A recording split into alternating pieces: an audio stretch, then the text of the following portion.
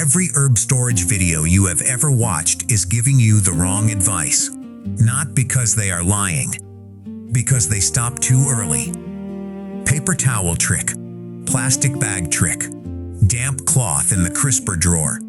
Every single one of those is a kitchen hack built on top of a biology problem nobody bothered to explain to you. Here is what they skipped. A cut herb is not dead. It is a living organism running 4 specific biological reactions. Right now, in your kitchen, that will determine whether it survives 2 days or 2 weeks. And until you understand those 4 reactions, no hack in the world will save your basil.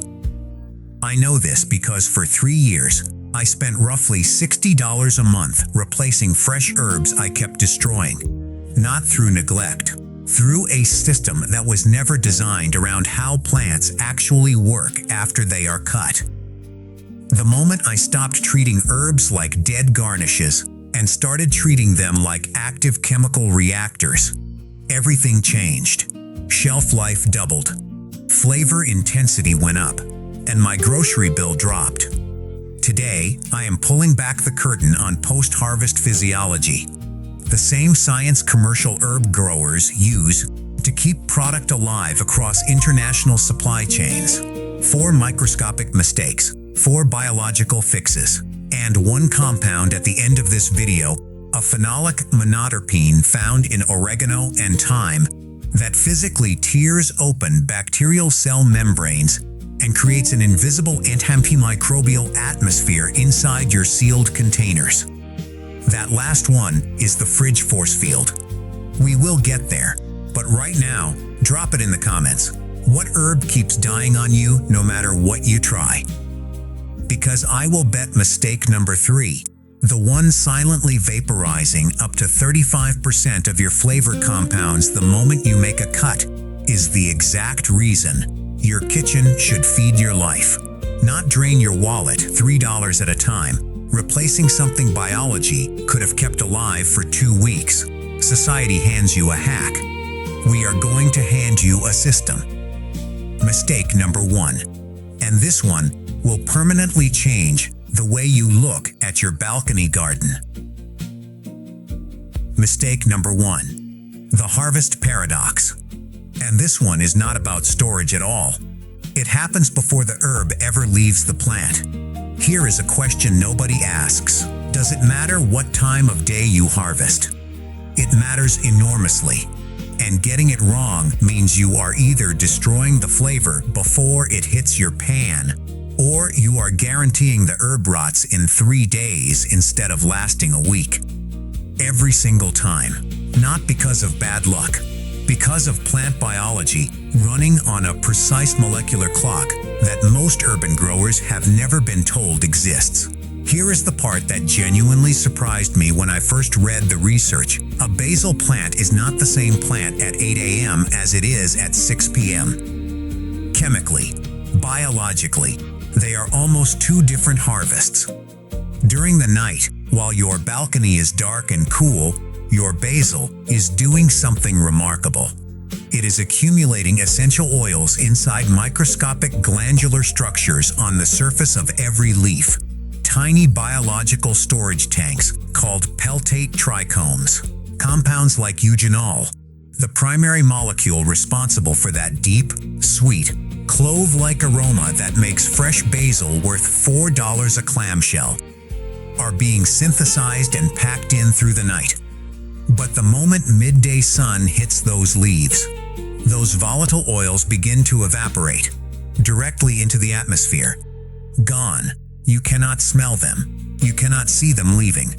But gas chromatography lab data confirms it clearly. Basil harvested at peak morning retains up to 22% more eugenol than basil harvested in the afternoon from the exact same plant.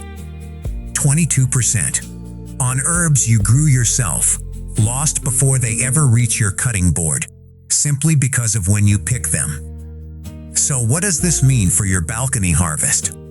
If you are cooking tonight, making pesto, a caprese, anything where raw basil flavor is the centerpiece, harvest at 8 a.m. That 2-hour window after morning dew evaporates but before midday heat arrives is when eugenol concentration peaks.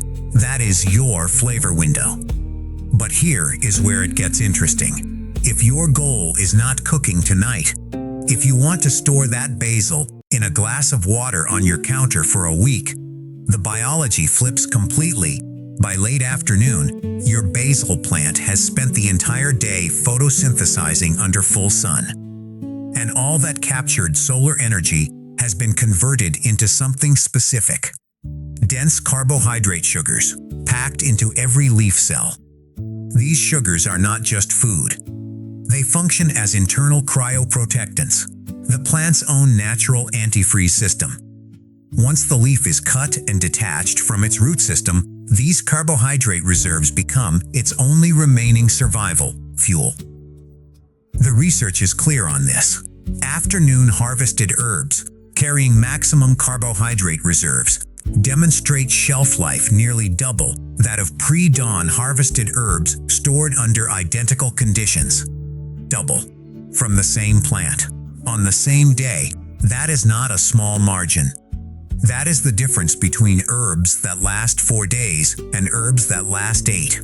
A commercial herb supplier I came across in researching this, running a mid-scale operations supplying restaurants in Southeast Asia, splits his harvest into 2 daily windows deliberately. Morning cut goes to same-day kitchen orders. Afternoon cut goes into the refrigerated supply chain. He has been doing this for 6 years. His post-harvest loss rate sits at under 8%. Industry average hovers around 30%. That gap is not equipment.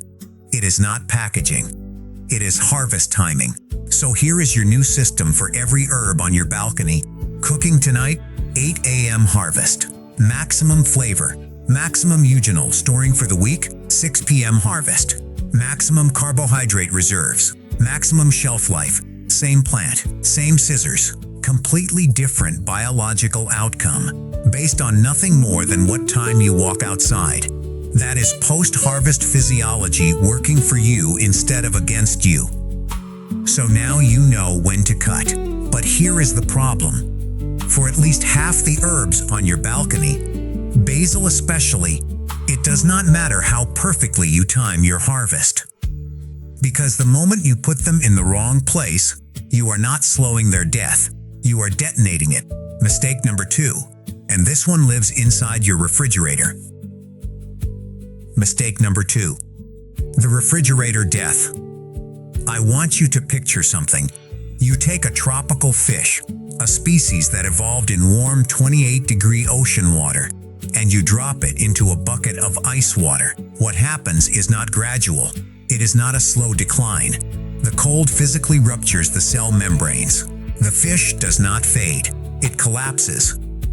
That is almost exactly what you are doing to your basil every time you put it in the refrigerator. Sweet basil, Ocimum basilicum, is a tender tropical annual. It evolved in the warm, humid environments of Asia and Africa.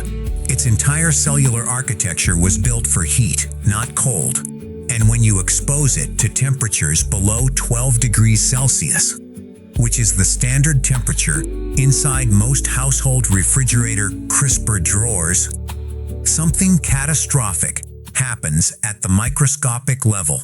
Plant cell membranes are composed of phospholipid bilayers, essentially a double layer of fat molecules that must remain fluid and flexible to function. In warm climate plants like basil, these membranes are calibrated to operate within a specific thermal range. Drop below that range, and the lipid bilayer does not just slow down. It physically ruptures. The cold causes the membrane phospholipids to transition from a flexible liquid crystalline state into a rigid gel phase, a process plant physiologists call chilling injury. As the membrane rigidifies, it loses structural integrity. Ions leak across the barrier. Water rushes in through osmotic pressure. The internal compartments of the cell, the vacuoles, the chloroplasts, the mitochondria, lose their boundaries. And then the cell explodes. From the inside out, that black, slimy, collapsing mess you pull out of your crisper drawer 3 days later, that is not spoilage in the conventional sense. That is 10,000 ruptured plant cells per square centimeter of leaf surface, releasing their contents simultaneously. The green pigment breaks down, the cellular fluids oxidize. The tissue collapses into that distinctive dark, wet rot that every herb grower recognizes with a sinking feeling. And here is the part that genuinely surprised me when I first read the post-harvest research. The damage is irreversible within hours. You do not see it immediately. The basil looks fine when you first put it in. But the cellular rupture begins within the first 60 to 90 minutes of cold exposure. By the time you open that drawer 3 days later, you are not witnessing something that just happened. You are witnessing the final stage of a process that began the moment the refrigerator door closed. Remember the hook, that $4 clamshell of organic basil thrown into the trash 3 days later? That was not bad luck. That was chilling injury. Every single time. The refrigerator that was supposed to preserve your investment was executing it within the first 2 hours.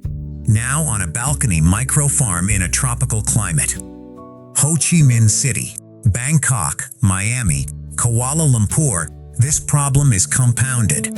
Your basil is already acclimated to ambient temperatures of 30 to 35 degrees Celsius outside. The thermal shock of going from your sun-warmed balcony directly into a 4-degree refrigerator is not just stressful for the plant tissue.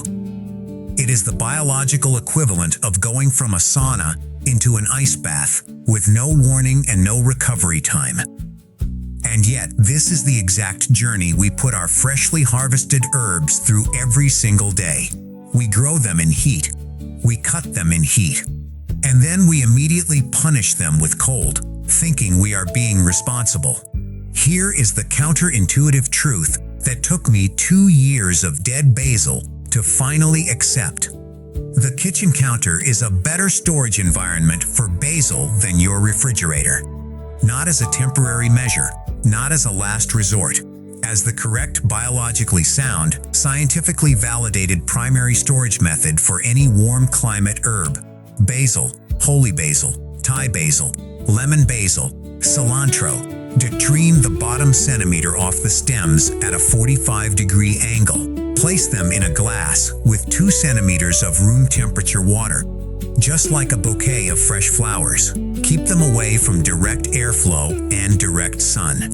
And at ambient tropical temperatures of 28 to 32 degrees Celsius, post-harvest research on Ocimum basilicum confirms that correctly stored counter basil maintains structural integrity, chlorophyll content, and essential oil concentration for 7 to 10 days, more than triple the refrigerator outcome. Triple. From the same plant, the same harvest, just a different destination after the cut. To put a number on what this costs at scale, research tracking post-harvest basil quality at storage temperatures of 10 degrees Celsius versus 20 degrees Celsius found that even the marginally warmer storage temperature, still well below what most countertops run in tropical homes, extended viable shelf life by more than 40% while preserving a significantly higher percentage of volatile essential oils. The refrigerator is not neutral. It is actively destructive to tropical herbs. And the colder the setting, the faster the cellular collapse. Look, I understand the instinct. We are conditioned to believe that cold equals preservation, that the refrigerator is where food goes to be saved. That logic works for meat, for dairy, for most vegetables. But it is a category error when applied to plants that evolved on the other side of the thermal spectrum. If your basil keeps dying in the fridge, it is not your fault. It is a mismatch between a tool designed for temperate climate food preservation and a plant that was never temperate to begin with. Your garden deserves a storage system built around plant biology, not around the assumption that cold is always better. And I will say this plainly. Any herb storage guide that tells you to refrigerate fresh basil without qualification is giving you advice that contradicts basic post-harvest plant physiology. Full stop. So, we have fixed the timing of your harvest. We have fixed where your herbs go after the cut. But there is a third mistake. And this one happens in the exact moment of cutting itself, before the herb ever leaves the plant. Before it ever reaches the counter or the glass of water, it happens in your hand, in the tool you are holding, and in the invisible hormone it triggers the moment steel meets stem. Mistake number 3 is the silent one. The one that vaporizes up to 35% of your essential oils before the herb ever reaches your kitchen. And almost nobody talks about it. Mistake number 3. The blunt scissor assassin. Let me paint you a picture of what happens inside a plant stem the moment you make a bad cut. You grab your kitchen scissors, the ones you also use to open packaging, trim string, cut tape. The blade is dull, maybe slightly dirty. You squeeze. The scissors do not slice cleanly through the stem. They crush it. They drag through it. They compress the vascular tissue before finally breaking through. In that exact moment, in the half second it takes for those dull blades to crush through the stem, the plant registers what its biology classifies as a catastrophic traumatic wound, and it responds accordingly. Inside every plant stem is a network of vascular tissue called the cambium, the same living cellular layer responsible for transporting water, sugars, and nutrients between the roots and the leaves. When you crush this tissue with a dull blade rather than severing it cleanly, the damaged cells trigger an immediate biochemical emergency response. The wounded tissue floods the plant with a hormone called stress ethylene. Ethylene is not a villain in normal plant biology. In controlled quantities, it is the hormone that ripens fruit, signals seasonal change, and coordinates natural leaf senescence. But stress ethylene, the version released in response to traumatic mechanical wounding, is produced in massive, uncontrolled quantities, and its effects are immediate and devastating. Think of it like this. Your plant has a fire alarm system. Under normal circumstances, that alarm triggers a controlled, measured response. But a crushing wound from a dull blade does not trigger the fire alarm. It triggers every alarm in the building simultaneously. The sprinklers go off. The emergency doors slam shut. The entire building goes into lockdown. And that lockdown, that systemic stress ethylene flood, does 3 things to your herb that cannot be undone. First, stress ethylene accelerates cellular senescence throughout the entire plant, not just at the wound site. Every leaf on every branch begins aging faster. Chlorophyll breakdown accelerates. Yellowing begins within hours rather than days. Second, the ethylene triggers the rapid closure of the peltate glandular trichomes, those microscopic oil capsules on the leaf surface that store your essential oils. As the trichomes seal shut under hormonal stress, they begin releasing their contents directly into the surrounding atmosphere rather than retaining them in the leaf tissue. Post-harvest research on Ocimum basilicum confirms that mechanical wounding from dull or improper cutting implements triggers enough systemic stress ethylene to vaporize up to 35% of the plant's essential oil content almost immediately. Not over days, almost immediately. The eugenol, the linalool, the volatile compounds that took your plant weeks of photosynthesis to produce, gone into the air in minutes. Third, on the regenerating plant, the one still growing on your balcony, the stress ethylene signal does not stop at the cut site. It travels through the vascular system to the actively growing lateral buds below. Research tracking basil regrowth after mechanical wounding found that improper cutting technique reduces subsequent leaf size and new growth rate by up to 27% over the following 4-week recovery period. So, a bad cut does not just damage the herb you harvested, it damages every harvest that comes after it. A commercial hydroponic basil operation in Arizona. One of the facilities studied in controlled harvest technique research documented this effect precisely across 2 identical growing systems. Same cultivar, same nutrient solution, same light spectrum, same temperature. The only variable: one system used razor-sharp stainless steel bypass pruners, cleaned between each cut with a 10% dilute solution. The other used standard kitchen scissors, sharpened once at the start of the season. After 10 weeks of sequential harvesting, the bypass pruner system produced 40% more total usable biomass and maintained significantly higher essential oil concentration per gram of dry leaf weight. The kitchen scissors system showed progressively deteriorating regrowth, shorter internodes, smaller leaf pairs, and measurably lower eugenol content. With each successive harvest, same seeds, same water, same light, 40% more herb, just from the quality of the cut. So what do you do? 2 things, both simple, both cheap, both immediately actionable on your balcony tomorrow morning. Fix number 1, invest in a pair of razor-sharp bypass pruners. Not anvil pruners, bypass. Bypass pruners work like scissors, with 2 blades passing each other to create a clean, microscopic slice through the vascular cambium. No crushing, no dragging. A cut so clean the plant tissue barely registers it as a wound.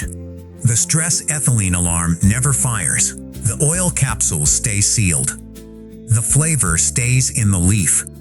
You can find a good pair for under $15. That single purchase will pay for itself in the first week of preserved herb quality. Fix number 2. Clean your pruners between plants, and ideally between cuts on the same plant.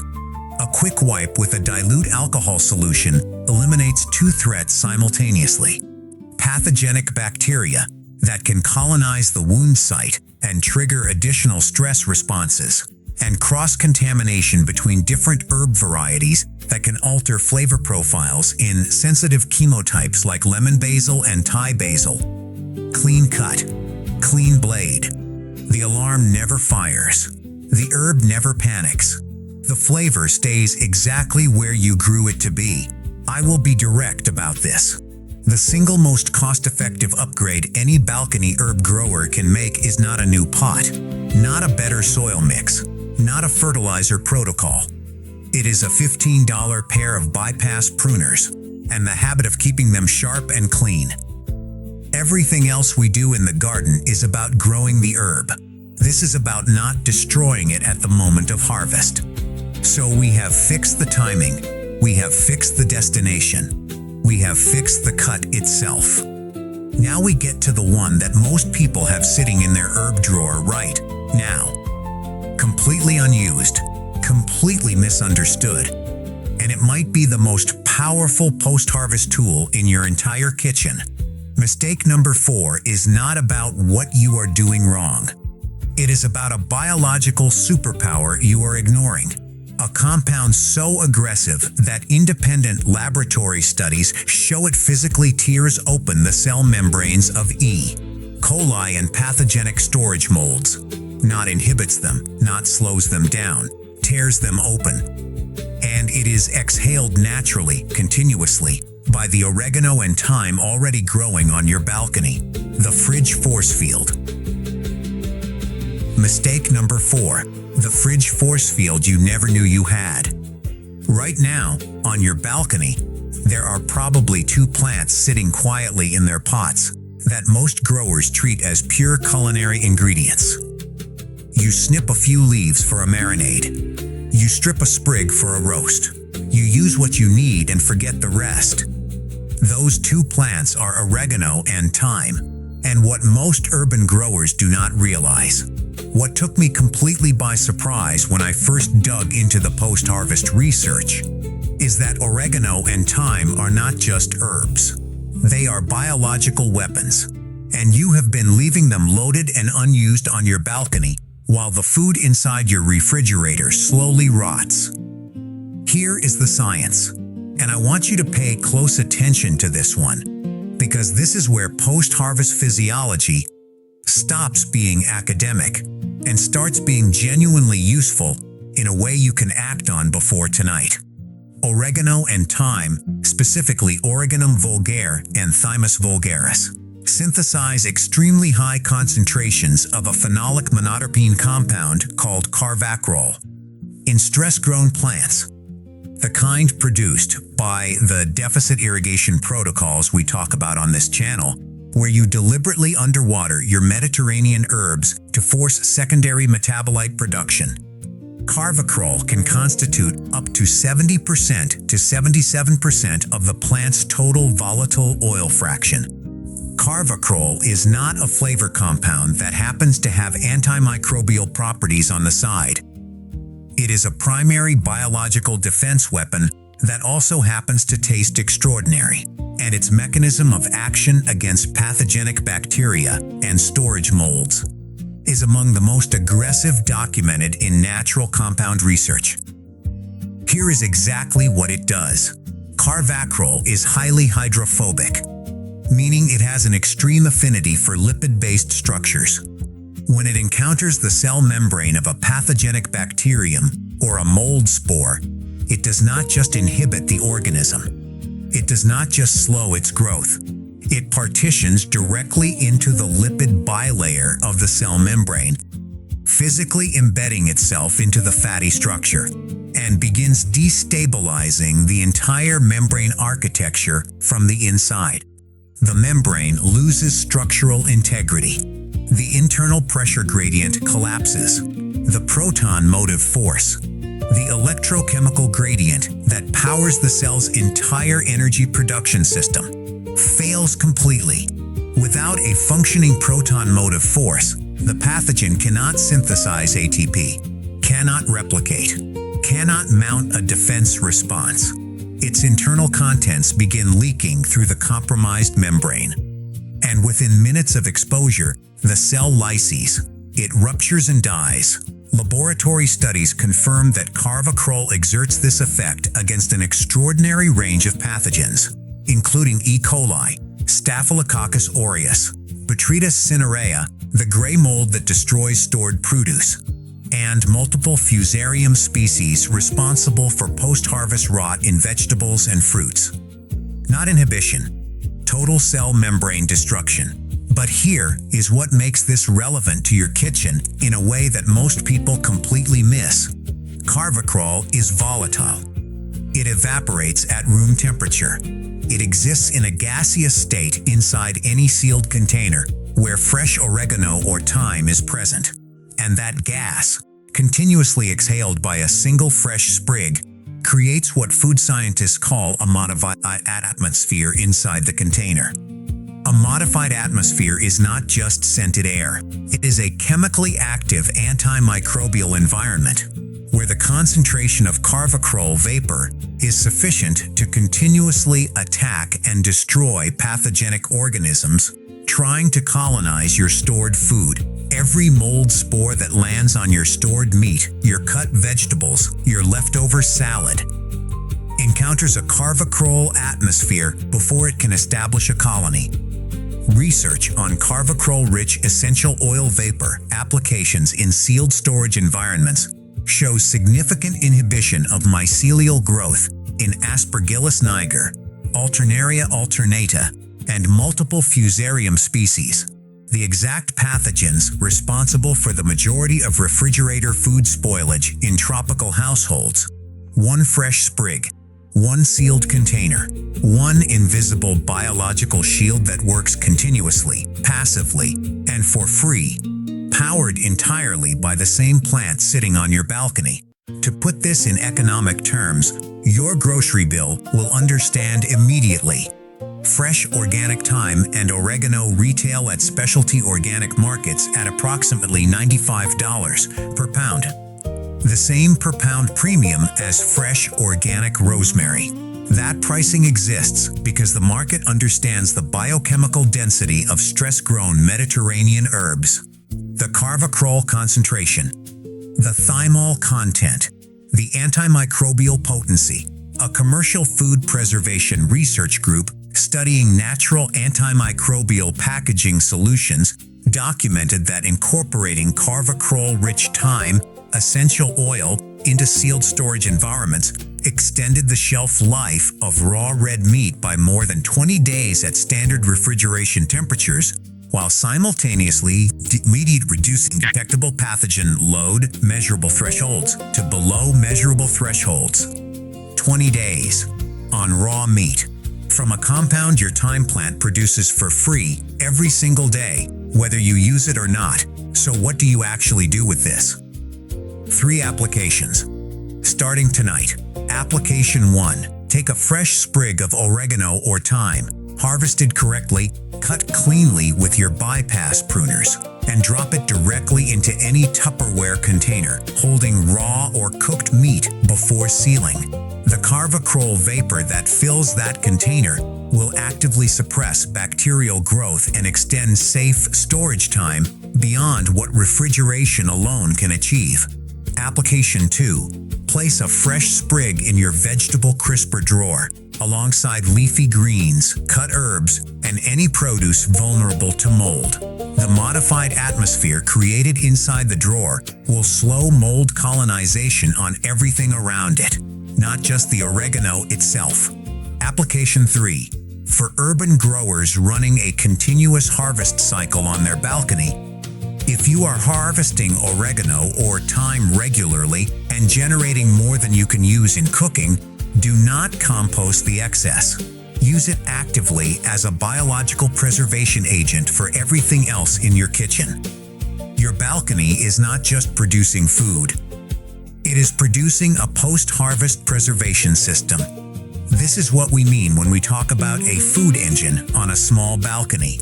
Every plant earning its space. Every harvest serving multiple functions. Flavor on the plate and biology in the fridge. Here is the part that genuinely reframes how I think about my balcony layout now. Most growers choose what to grow based on what they cook most often. Basil for pasta. Cilantro for salads. Mint for drinks. That logic is completely valid.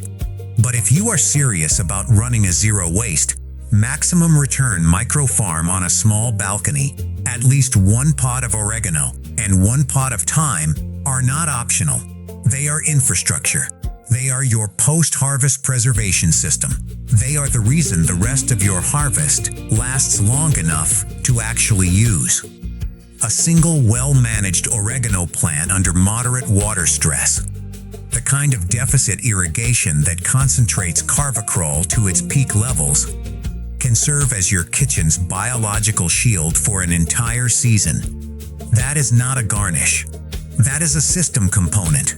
Back at the beginning of this video, I promised you an invisible antimicrobial force field for your refrigerator. This is it.